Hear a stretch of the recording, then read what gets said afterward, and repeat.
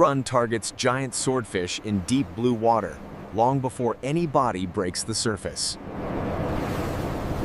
On deck, bait is cut to size because swordfish respond to clean scent trails and firm placement. Paper charts mark temperature edges where swordfish hunt, turning ocean patterns into a precise longline plan. Safety calls stay constant, since a hooked swordfish can turn a rail into a hazard in seconds. Watch the rail! Each circle hook carries visible bait, built to rotate and seat in the jaw when swordfish strike. Leaders are coiled and racked, so tension stays smooth when swordfish finally load the line at depth.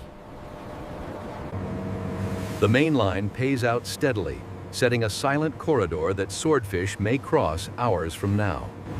Buoys drop one by one, marking the long set that waits for swordfish in colder layers below.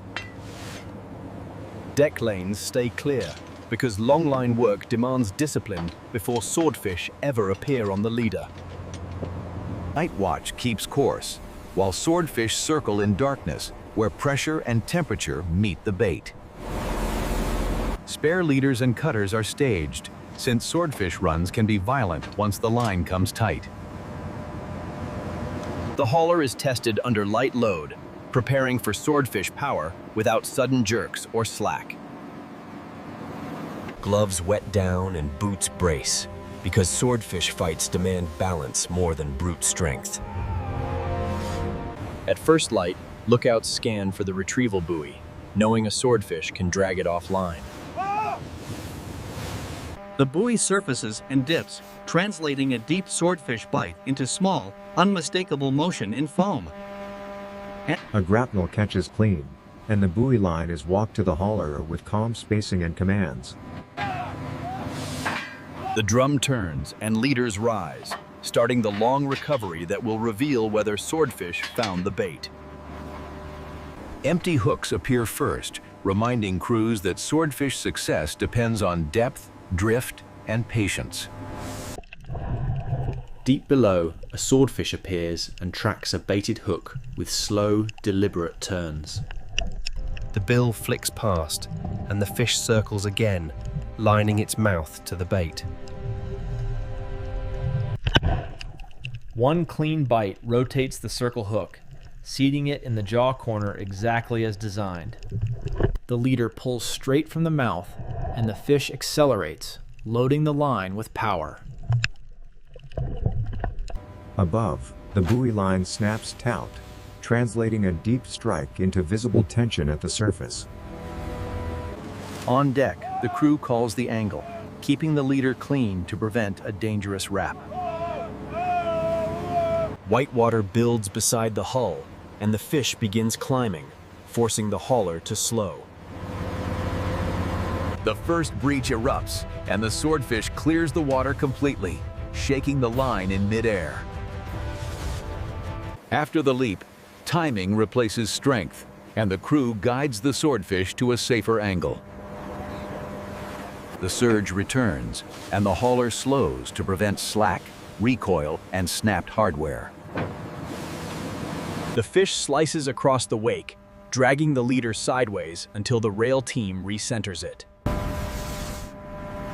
The first deck contact hits violent, and the swordfish bucks fully airborne above steel before crashing down. A tight hold on the leader steadies the head, keeping the bill clear of boots and knees.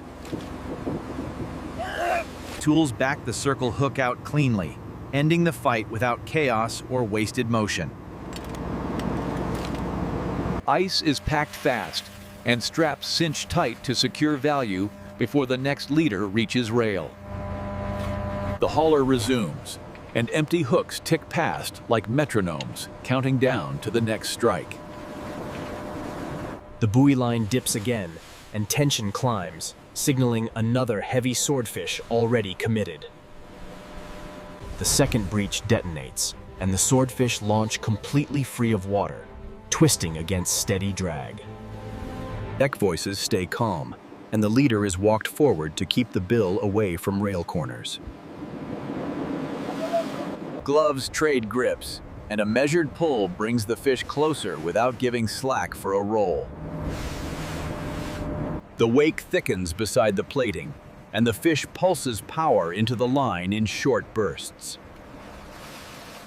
A tail rope is staged, and a pike pole guides the body without stabbing or puncturing skin. The second deck landing explodes, and the swordfish bucks airborne again, rattling steel and forcing perfect timing. With pressure eased, the hook backs out clean, and the leader is cleared from the deck lane.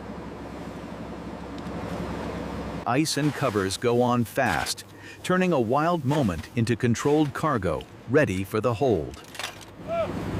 The hauler keeps rolling, and the deck team resets stations without losing tempo or focus. Another leader loads up, and the line angle steepens, warning of a third heavy fish below. The water boils near the hull, and a fast run carves a trench through chop. Deckhands brace wide, and the hauler slows, keeping tension constant through every sudden change. The third breach peaks higher, and the swordfish clears the sea entirely, whipping spray into the rail.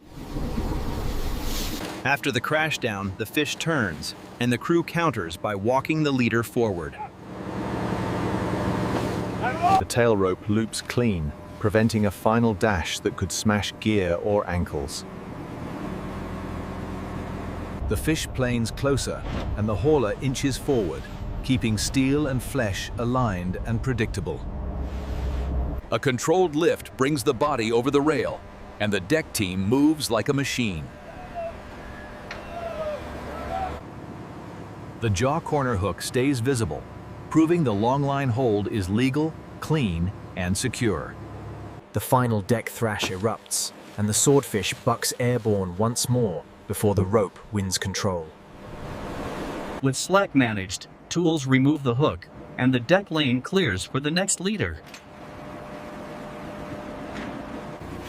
Ice goes down fast, straps cinch tight, and the catch becomes quiet inventory in the hold. Empty hooks follow, and the rhythm returns, metal clicks marking every recovered section of mainline. Morning glare hits the rail, and the team keeps hauling, refusing fatigue of vote in decisions. Coils stack higher, hooks rack safe, and the deck transforms back from battle space to workflow. The logbook updates by hand, converting noise and spray into numbers that decide the trip. The last leaders come in, and the crew checks hardware for wear before calling the haul finished. Washdown clears the deck, leaving only coiled line, clean rails, and hard-earned silence. Cheers break out beside the iced pile, and the crew marks a haul earned through discipline. Port lights replace open sea, and the hull eases alongside, with the catch secured under clean covers. Sling straps take weight, and a dock crane lifts the first iced swordfish toward receiving. Scales settle, paper tags are tied, and totals are stamped without any readable branding. Inside the plant, washdown begins, keeping the line clean before cutting ever starts. First cuts open, clean loins, showing pale pink ivory flesh that never resembles tuna or salmon. Loins are squared, trimmed, and portioned, keeping thickness uniform for consistent freezing and cooking. The dark line is removed carefully, leaving clean color and a firm, smooth grain. Quality checks confirm texture and temperature, rejecting anything that fails the cold, tight standard. Vacuum bags pull tight, and plain cartons close with tape that carries no logos or codes. Packed steaks move to freezing, and cold air fogs the room as the line stays steady. Pallets stack fast, and wrap film tightens into clean blocks ready for the next dock slot. Forklifts slide under loads, and traffic lanes keep movement smooth through the cold corridor. A reefer container opens, and pallets slide inside with measured gaps to protect airflow. Door seals clamp down, and paper manifests travel with the load without branding or barcodes. Back inside, sanitation clears tables, leaving stainless clean and the cutting line ready again.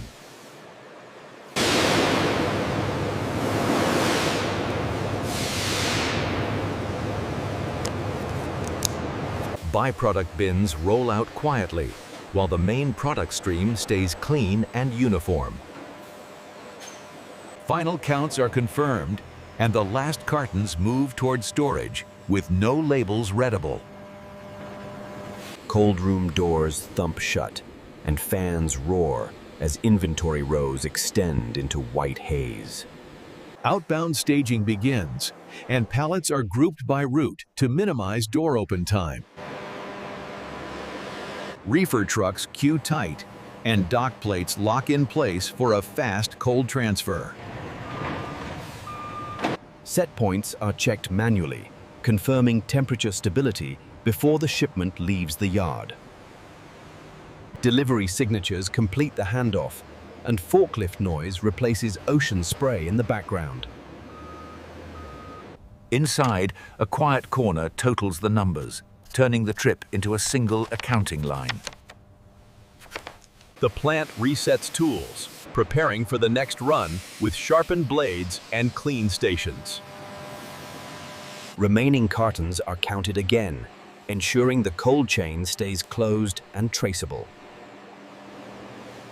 Yard lights fade, and the last pallet disappears into storage as doors seal behind it.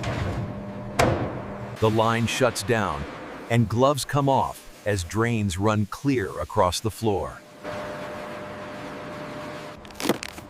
A final dock check closes the day, leaving only sealed product and quiet equipment.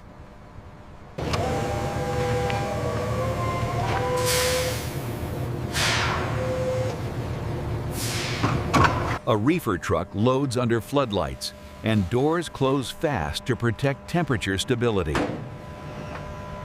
Paper custody forms travel with the load, confirming handling steps without barcodes, logos, or scanning. The shipment clears the bay, leaving cold inventory behind and a logistics rhythm that never stops. In a test kitchen, swordfish steaks thaw slowly, and the chef trims them into clean portions. Salt and oil go on lightly, and heat builds until a steady sizzle signals contact readiness. The first sear browns evenly, and the flesh cooks firm and white, never resembling tuna. A short rest stops moisture loss, and slices show clean grain without dramatic juices or flair. Plates stay simple, and lemon and greens frame the portion without any branded garnish or signage. At the table, diners taste quietly, judging chew and finish instead of hype or spectacle. The chef notes thickness and timing, adjusting heat to keep the steak tender, not rubbery. A second dish hits the pass, and plating stays plain, focused on color and structure.